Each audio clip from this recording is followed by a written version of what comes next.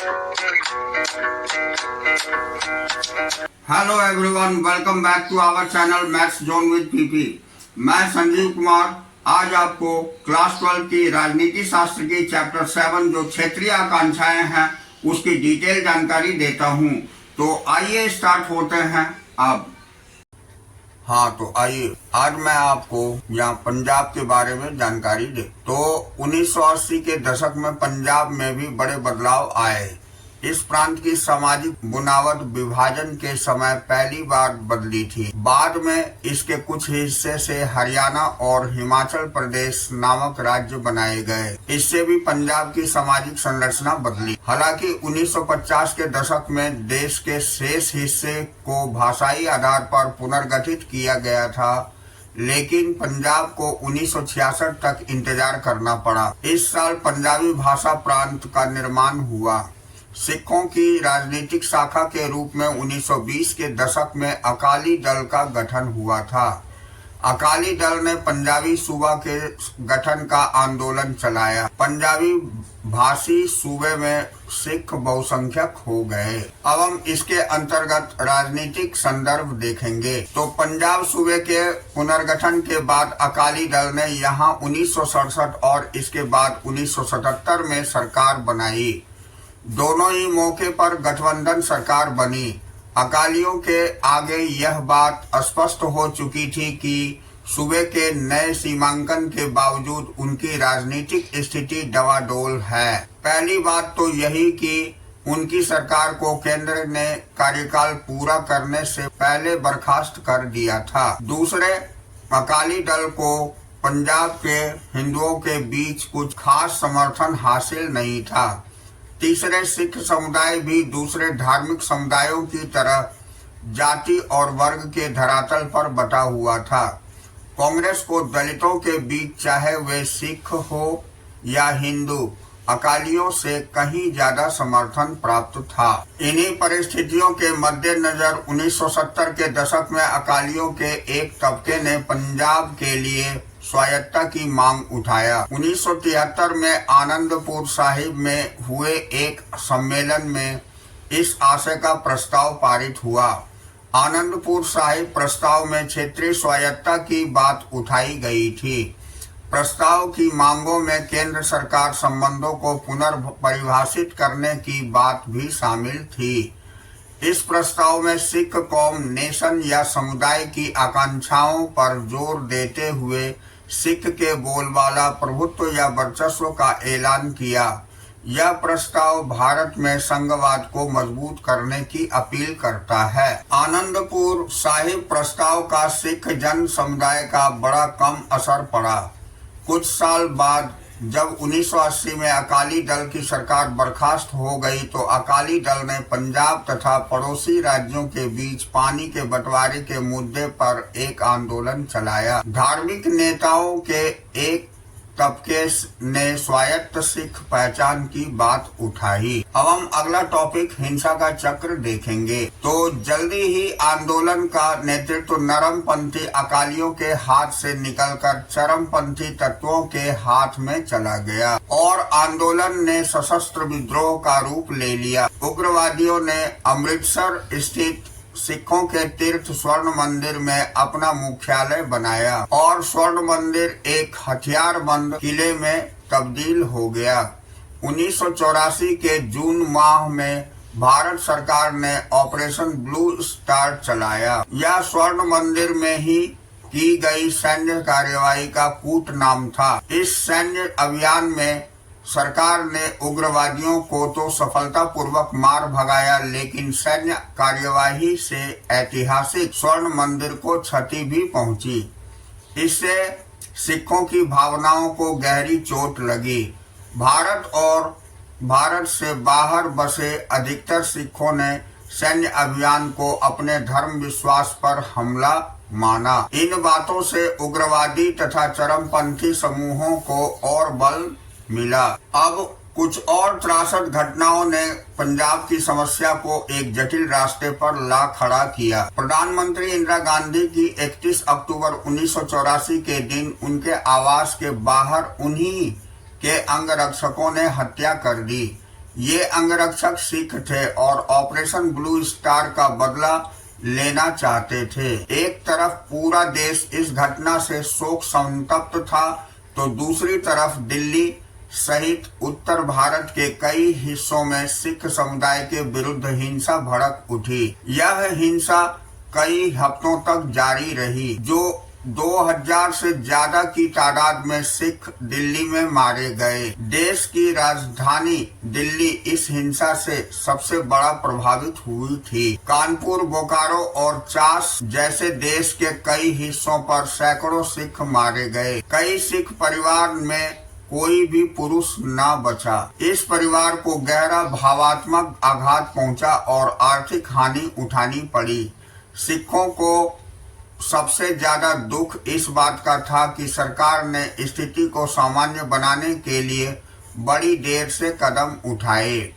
साथ ही हिंसा करने वाले लोगों को कारगर तरीके से दंड भी नहीं दिया गया। प्रधानमंत्री मनमोहन सिंह ने 2005 में संसद में अपने भाषण के दौरान इस रक्तपात पर अफसोस जताया और सिख विरोधी हिंसा के लिए सरकार देश से माफी मांगी। अब हम अगला टॉपिक शांति की ओर देखेंगे। तो 1984 के चुनाव के बाद सत्ता में आने पर नए प्रधानमंत्री राजीव गांधी ने नरमपंथी अकाली नेताओं से बातचीत की शुरुआत की।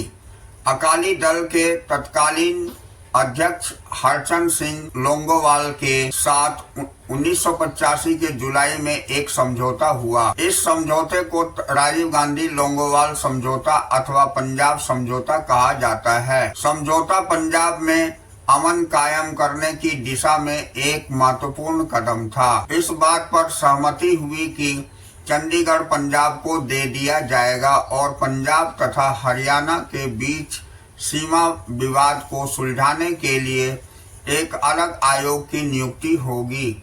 समझौते में यह भी तय हुआ कि पंजाब, हरियाणा, राजस्थान के बीच रावी ब्यास के पानी के बंटवारे के बारे में फैसला करने के लिए एक ट्रिब्यूनल न्यायाधिकरण बैठाया जाएगा। समझौते के अंतर्गत सरकार पंजाब में उग्रवाद से प्रभावित लोगों को मुआवजा देने और उनके साथ बेहतर सलूक करने पर राजी हुई। साथ ही पंजाब से विशेष सुरक्षा बल अधिनियम को वापस लेने की बात पर भी सहमति हुई। बहरहाल पंजाब में न तो अमन आसानी से कायम हुआ और न ही समझौते के तत्काल बाद हिंसा का चक्र लगभग एक दशक तक चलता रहा। उग्रवादी हिंसा और इस हिंसा को दबाने के लिए की गई कार्यवाहियों में मानवाधिकार का व्यापक उल्लंघन हुआ। साथ ही पुलिस की ओर से भी ज्यादती हुई। राजनीतिक रूप से देखें तो घटनाओं के इस चक्र में अकाली दल बिखर गया। केंद्र सरकार को राज्य में राष्ट्रपति शासन लागू करना पड़ा। इससे राज्य के सामान्य राजनीतिक और चुनावी प्रक्रिया बाधित हुई। संशय और हिंसा से भरे माहौल में राजनीतिक प्रक्रिया को फिर से पटरी पर लाना आसान नहीं था। 1992 में पंजाब में चुनाव हुए, जो महज 24% मतदाता वोट डालने के लिए आए। उग्रवाद को सुरक्षा बलों ने आखिरकार दबा दिया, लेकिन पंजाब के लोगों ने, चाहे वे सिख हों या हिंदू, इस क्रम में अनगिनत दुख उठाए। 1990 के दशक के मध्यवर्ती वर्षों में पंजाब में शांति बहाल हुई।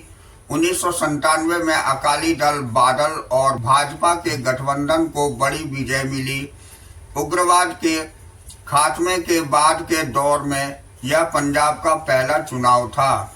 राज्य में एक बार फिर आर्थिक विकास और सामाजिक परिवर्तन के सवाल प्रमुख हो उठे। हालांकि धार्मिक पहचान यहाँ की जनता के लिए लगातार प्रमुख बनी हुई है, लेकिन राजनीति अब धर्मनिरपेक्षता की राह पर चल पड़ी है। अब हम अगला टॉपिक पूर्वोत्तर देखेंगे। तो पूर्वोत्तर में क्षेत्रीय आकांक्षाएं 1980 के दशक में एक निर्णायक मोड़ पर आ गई थी। क्षेत्र में 8 राज्य हैं: अरुणाचल प्रदेश, असम, नागालैंड, मणिपुर, त्रिपुरा, मिजोरम और मेघालय, जो पहले उत्तर पूर्व क्षेत्र का गठन करते थे। उन्हें अक्सर 7 बहनें कहा जाता है। सिक्किम, जिसे सूची में जोड़ा गया है, को उन 7 राज्यों का भाई कहा जाता है। इस क्षेत्र में देश की कुल 4% आबादी निवास करती है, लेकिन भारत के कुल क्षेत्रफल में पूर्वोत्तर के हिस्से को देखते हुए यह आबादी दुगनी कही जाएगी। 22 किलोमीटर लंबी एक पतली सी राहदारी इस इलाके को शेष भारत से जोड़ती है। अन्यथा इस क्षेत्र की सीमाएं चीन, म्यांमार और बांग्लादेश से लगती है और यह इलाका भारत के लिए एक तरह से दक्षिण पूर्व एशिया का प्रवेश द्वार है। इस इलाके में 1947 के बाद से अनेक बदलाव आए हैं। त्रिपुरा, मणिपुर और मेघालय की खासी पहाड़ी क्षेत्र पहले अलग अलग रियासत थे। आजादी के बाद भारत संघ में इनका विलय हुआ। पूर्वोत्तर के पूरे इलाके का बड़े व्यापक स्तर पर राजनीतिक पुनर्गठन हुआ है। नागालैंड को 1963 में राज्य बनाया गया। मणिपुर, त्रिपुरा और मेघालय 1972 में राज्य बने, जबकि मिजोरम और अरुणाचल प्रदेश को 1987 में राज्य का दर्जा दिया गया। 1947 के भारत विभाजन से पूर्वोत्तर के इलाके भारत के शेष भागों से एकदम अलग थलग पड़ गए और इसका अर्थव्यवस्था पर इससे दुष्प्रभाव पड़ा। भारत के शेष भागों से अलग थलग पड़ जाने के कारण इस इलाके में विकास पर ध्यान नहीं दिया जा सका। यहाँ की राजनीति भी अपने ही दायरे में सीमित रही।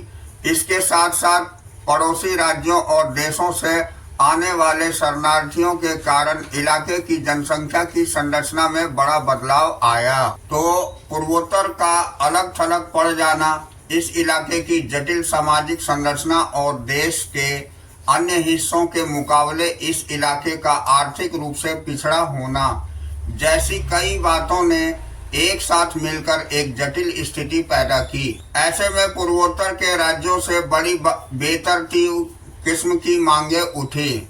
इस इलाके में भारत की अंतर्राष्ट्रीय सीमा काफी बड़ी है, लेकिन पूर्वोत्तर और भारत के शेष भागों के बीच संचार व्यवस्था बड़ी लचर है। इसमें भी पूर्वोत्तर की राजनीति का स्वभाव ज्यादा संवेदनशील रहा।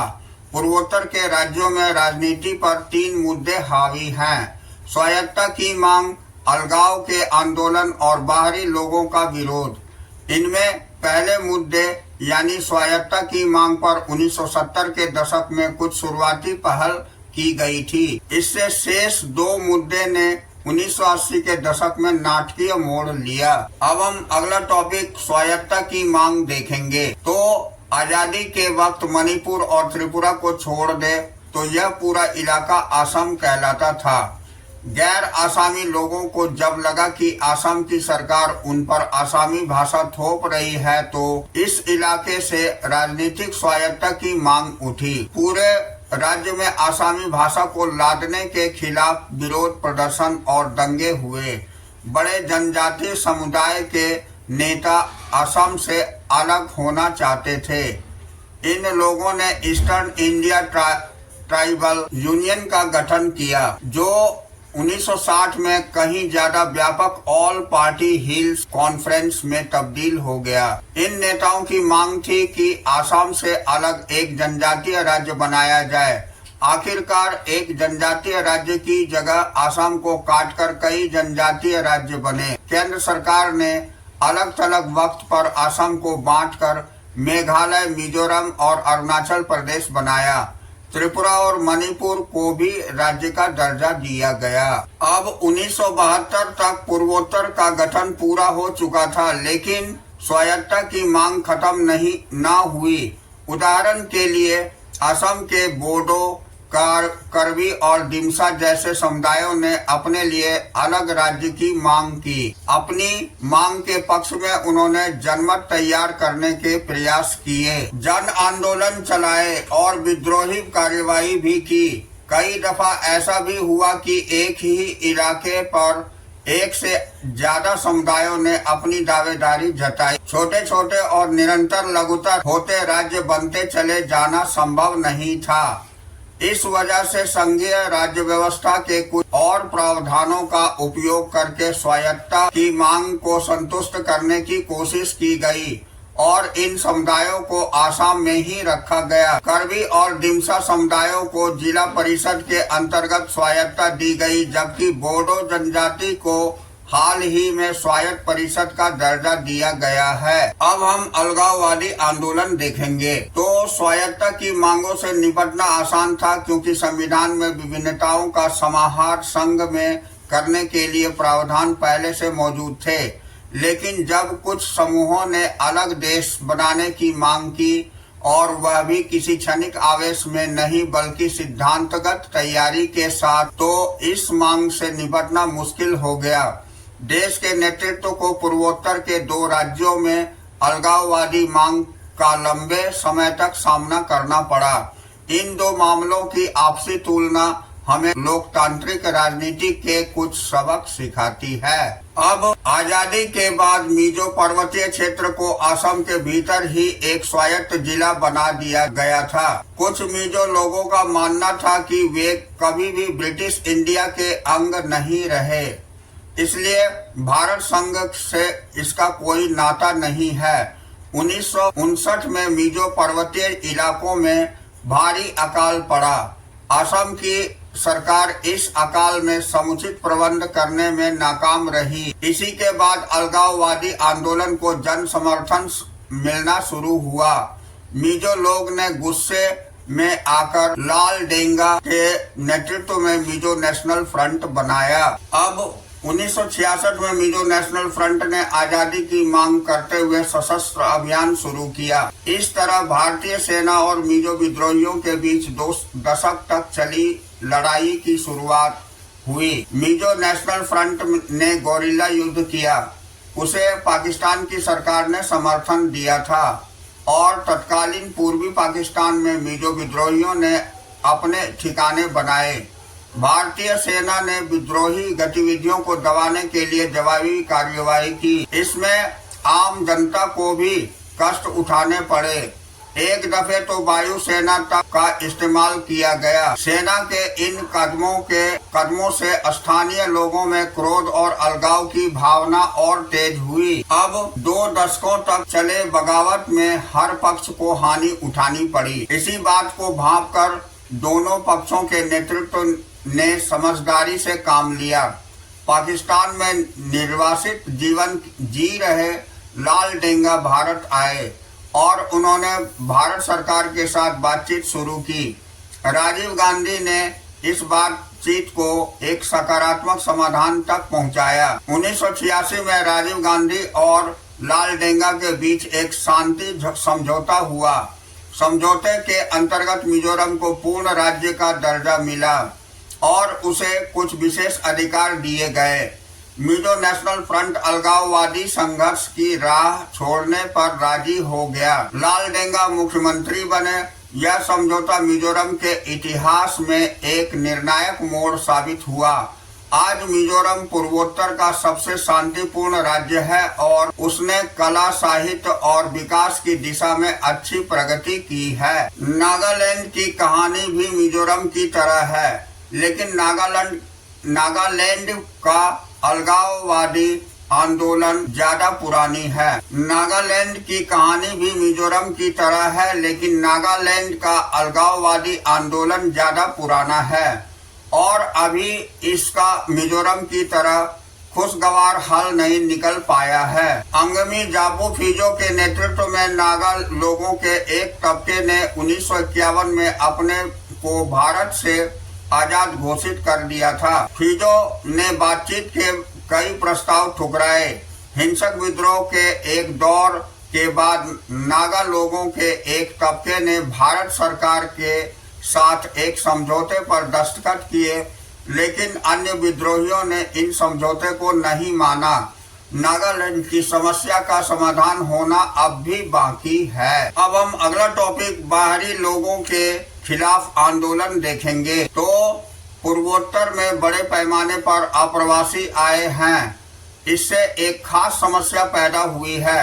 स्थानीय जनता इन्हें बाहरी समझती है और बाहरी लोगों के खिलाफ उनके मन में गुस्सा है। भारत के दूसरे राज्यों अथवा किसी अन्य देश से आए लोगों को यहाँ की जनता रोजगार के अवसरों और राजनीतिक सत्ता के एतबार से एक प्रतिद्वंदी के रूप में देखती है। स्थानीय लोग बाहर से आए लोगों के बारे में मानते हैं कि ये लोग यहाँ का जमीन हथिया रहे हैं। पूर्वोत्तर के कई राज्यों में इस मामले ने राजनीतिक रंग ले लिया है और कभी कभी इन बातों के कारण हिंसक घटनाएं भी होती है। 1979 से 85 तक चला असम आंदोलन बाहरी लोगों के खिलाफ चले आंदोलनों का सबसे अच्छा उदाहरण है। आसामी लोगों को संदेह था कि बांग्लादेश से आए बहुत सी मुस्लिम आबादी असम में बसी हुई है। लोगों के मन में यह भावना घर कर गई थी कि इन विदेशी लोगों की पहचान कर उन्हें अपने देश भेज दिया गया तो स्थानीय असमी जनता अल्पसंख्यक हो जाएगी। कुछ आर्थिक मसले भी थे। असम में तेल, चाय और कोयले जैसे प्राकृतिक संसाधनों की मौजूदगी के बावजूद व्यापक गरीबी थी। यहाँ की जनता ने माना कि असम के प्राकृतिक संसाधन बाहर भेजे जा रहे हैं और असमी लोगों को कोई फायदा नहीं हो रहा है। 1979 में ऑल असम स्टूडेंट्स यूनियन आसू ने विदेशियों के विरोध में एक आंदोलन चलाया। आसू एक छात्र संगठन था और इसका जुड़ाव किसी भी राजनीतिक दल से नहीं था। आसू का आंदोलन अवैध अप्रवासी बंगाली और अन्य लोगों के दबदबे तथा मतदाता सूची में लाखों अप्रवासियों के नाम दर्ज कर लेने के खिलाफ था। आंदोलन की मांग थी कि 1951 के बाद जितने भी लोग आसाम में आकर बसे हैं उन्हें आसाम से बाहर भेजा जाए। इस आंदोलन ने नए तरीके से आजमाया और आसामी जनता के हर तबके का समर्थन हासिल किया। इस आंदोलन को पूरे असम में समर्थन मिला। आंदोलन के दौरान हिंसक और त्रासद घटनाएं भी हुई।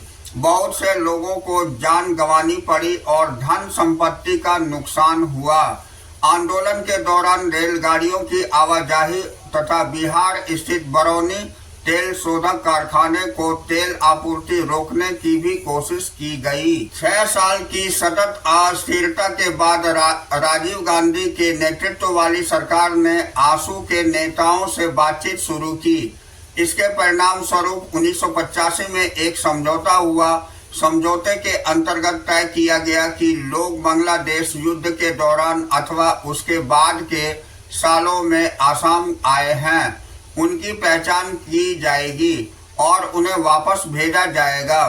आंदोलन की कामयाबी के बाद आसू और असम गण संग्राम परिषद ने साथ मिलकर अपने को एक क्षेत्रीय राजनीतिक पार्टी के रूप में संगठित किया। इस पार्टी का नाम असम गण परिषद रखा गया। असम गण परिषद 1985 में इस वायदे के साथ सत्ता में आई थी कि विदेशी लोगों की समस्या को सुलझा लिया जाएगा और एक स्वर्णिम असम का निर्माण किया जाएगा। असम समझौते से शांति कायम हुए और प्रदेश की राजनीति का चेहरा भी बदला, लेकिन आप्रवास की समस्या का समाधान नहीं हो पाया।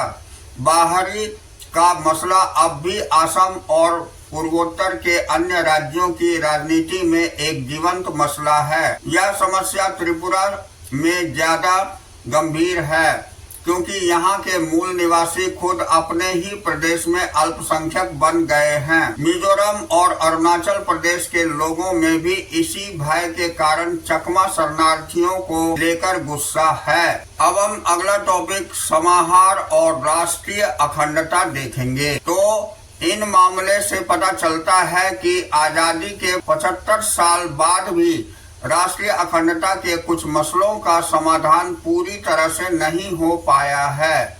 हमने देखा कि क्षेत्रीय आकांक्षाएं लगातार एक न एक रूप में उभरती रही। कभी कहीं से अलग राज्य बनाने की मांग उठी तो कहीं आर्थिक विकास का मसला उठा, कहीं कहीं से अलगाववाद के स्वर उभरे। 1980 के बाद के दौर में भारत की राजनीति इस तनावों के घेरे में रही और समाज के विभिन्न तबकों की मांगों में पटरी बैठा पाने की लोकतांत्रिक राजनीति की क्षमता की परीक्षा हुई। हम इन उदाहरणों से क्या सबक सीख सकते हैं? पहला और बुनियादी सबक तो यही है कि क्षेत्रीय आकांक्षाएं लोकतांत्रिक राजनीति का अभिन्न अंग है। क्षेत्रीय मुद्दों की अभिव्यक्ति कोई असामान्य और लोकतांत्रिक राजनीति के व्याकरण से बाहर की घटना नहीं है। ग्रेट ब्रिटेन जैसे छोटे देश में भी स्कॉटलैंड, वेल्स और उत्तरी आयरलैंड में क्षेत्रीय आकांक्षाएं उभरी है। स्पेन में बास्क लोगों और श्रीलंका में तमिलों ने अलगाववादी मांग की। भारत एक बड़ा लोकतंत्र है और यहाँ विभिन्नताएं भी बड़े पैमाने पर है। अतः भारत को क्षेत्रीय आकांक्षाओं से निपटने की तैयारी लगातार रखनी होगी। दूसरा सबक यह है कि क्षेत्रीय आकांक्षाओं को दबाने की जगह उनके साथ लोकतांत्रिक बातचीत का तरीका अपनाना सबसे अच्छा होता है। जरा 80 के दशक की तरफ नजर दौड़ाए। पंजाब में उग्रवाद का जोर था, पूर्वोत्तर में समस्याएं बनी हुई थी, असम के छात्र आंदोलन कर रहे थे और कश्मीर घाटी में माहौल अशांत था का साधारण मामला मानकर पूरी गंभीरता दिखाई। बातचीत के जरिए सरकार ने क्षेत्रीय आंदोलनों के साथ समझौता किया। इससे सौहार्द का माहौल बना और कई क्षेत्रों में तनाव कम हुआ। मिजोरम के उदाहरण से पता चलता है कि राजनीतिक सुलह के जरिए अलगाववाद की समस्या से बड़े कारगर तरीके से निपटा जा सकता है। तीसरा सबक है सत्ता की साझेदारी के महत्व को समझना। सिर्फ लोकतांत्रिक ढांचा खड़ा कर लेना ही काफी नहीं है। इसके साथ ही विभिन्न क्षेत्रों के दलों और समूहों को केंद्रीय राज्य व्यवस्था में हिस्सेदार बनाना भी जरूरी है। ठीक इसी तरह यह कहना भी नाकाफी है कि किसी प्रदेश अथवा क्षेत्र को उस मामलों में स्वायत्तता दी गई है। क्षेत्रों को मिलाकर ही पूरा देश बनता है। इसी कारण देश की नियति के निर्धारण में क्षेत्रों की बातों को वजन दिया जाना चाहिए।